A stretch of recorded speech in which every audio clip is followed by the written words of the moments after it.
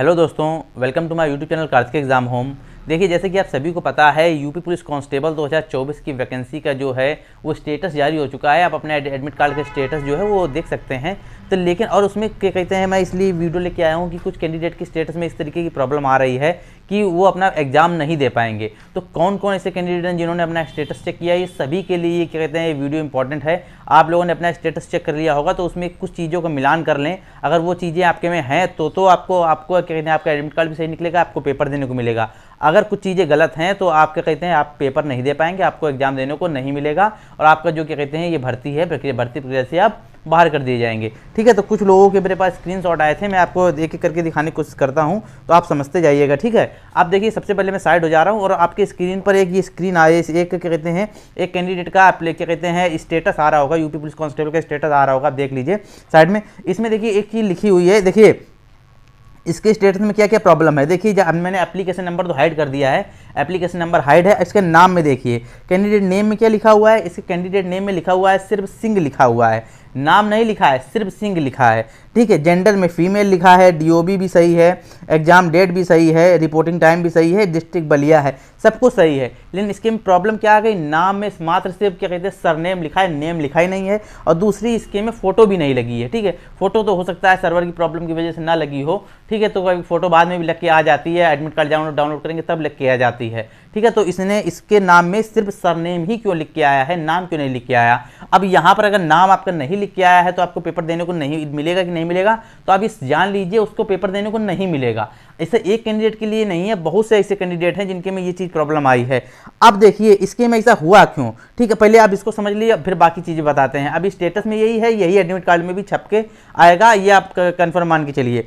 दूसरा कैंडिडेट के बारे में देख लेते हैं। देखिए, एक दूसरा कैंडिडेट का भी आपको दिखा देता हूँ। एक दूसरा कैंडिडेट के इसका भी देखिए, इसकी भी देखिए स्क्रीन क्या कहते हैं स्क्रीनशॉट स्क्रीन में आ गया होगा आपके सामने। इसके में क्या हुआ, इसके भी देखिए मैंने रजिस्ट्रेशन नंबर हाइड कर दिया है। ठीक है, और क्या कहते हैं इसके बाद क्या कहते हैं उम्मीदवार के नाम क्या लिख के आ रहा है, नाम में सिर्फ कैंडिडेट नाम में सिर्फ अग्रवाल लिख के आ रहा है, मतलब सरनेम लिख के आ रहा है, नाम लिख के ही नहीं आ रहा है। आप देख सकते हैं साइड पर स्क्रीन पर नाम लिख के आ रहा है, नाम नहीं लिख के आ रहा है, सिर्फ सरनेम लिख के आ रहा है।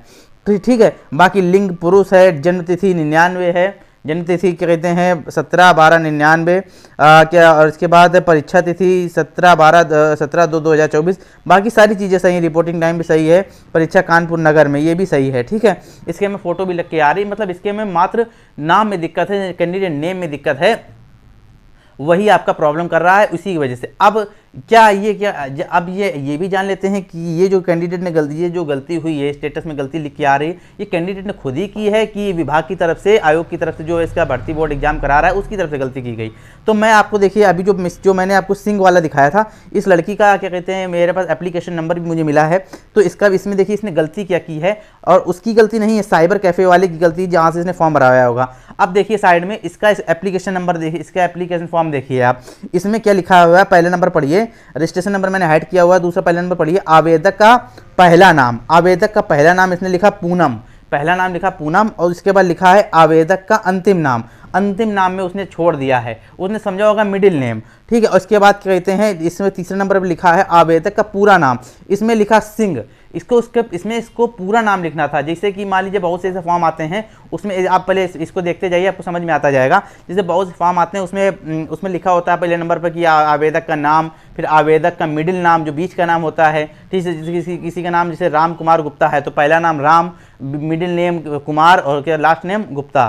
ठीक है, इस तरीके का। तो इसने इसी तरीके से समझा, पहला नाम इसमें जिसमें लिखा है आवेदक का पहला नाम तो इसने पूनम डाल दिया, फिर बीच वाले को उसने पढ़ा नहीं कि उसमें अंतिम नाम इसने मिडिल नाम समझा, और तीसरे नंबर पॉइंट को इसने अंतिम नाम समझा। तो लास्ट में उसमें लिखना था आवेदक का पूरा नाम, इसने मात्र सिंह डाल दिया।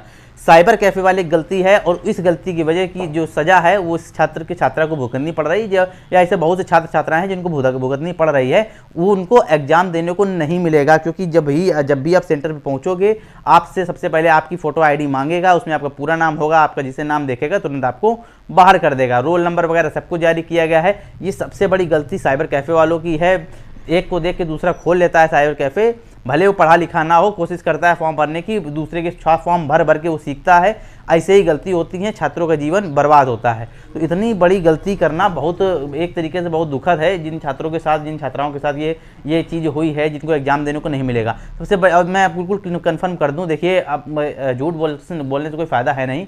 ऐसे छात्रों को, चाहे उनके में नाम में प्रॉब्लम आई हो, चाहे उनके जेंडर में प्रॉब्लम आई हो, जैसे किसी, मैंने अभी बहुत से ऐसे फॉर्म देखे हैं, मेरे पास स्क्रीनशॉट था, शायद वो अभी मिल नहीं रहा है मुझे, मैं आपको आगे दिखा दूंगा। उसके में वो कैंडिडेट मेल था लेकिन उसके में फीमेल लिख गया है, तो उस कैंडिडेट को फॉर्म क्या कहते हैं एग्जाम देने को मिलेगा कि नहीं मिलेगा? देखिए वो एग्जाम तो दे लेगा लेकिन उसका कोई फ़ायदा नहीं है, वो रनिंग में बाहर कर दिया जाएगा, वो पास भी कर लेगा तो फीमेल की कट ऑफ अलग उठती है, मेल कट ऑफ अलग उठती है, सबको पता है, तो वहाँ से वो बाहर हो जाएगा। इसी तरीके से देखिए मैंने आपको सारी यही सब चीज़, छोटी छोटी चीज़ आप ध्यान में रख के चलिए, आप ध्यान में रख के फॉर्म भरा करिए, कोई भी फॉर्म भरें। इसमें जिसकी जो गलती हो गई है अब उससे बचा भी नहीं जा सकता। दूसरी बात ये है, एक उन कैंडिडेट के भी एक ओवर कॉन्फिडेंट है, क्योंकि एडिट करने का भी मौका दिया गया था यूपी पुलिस भर्ती बोर्ड की तरफ से, ठीक है, कि अगर आपके फॉर्म में कोई गलती हो गई तो उसका आप करेक्शन कर लें, और एक डेट भी दी गई थी, 2 दिन का उसमें समय भी दिया गया था, लेकिन कैंडिडेट ने अपने ओवर कॉन्फिडेंस में आकर उस क्या कहते हैं करेक्शन को सही नहीं किया, जिसका खामियाजा अब उनको भुगतना पड़ रहा है जब ये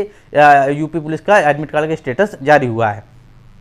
ठीक है, तो जैसा आपने फॉर्म भरा है बिल्कुल वैसा ही स्टेटस जारी हुआ है विभाग की तरफ से, मतलब उत्तर प्रदेश भर्ती बोर्ड की तरफ से, तो कोई अपनी तरफ से कोई उसकी तरफ से कोई गलती नहीं की गई है। तो जिस तरीके से आपने फॉर्म भरा है उसी तरीके से आपका एडमिट कार्ड निकलेगा।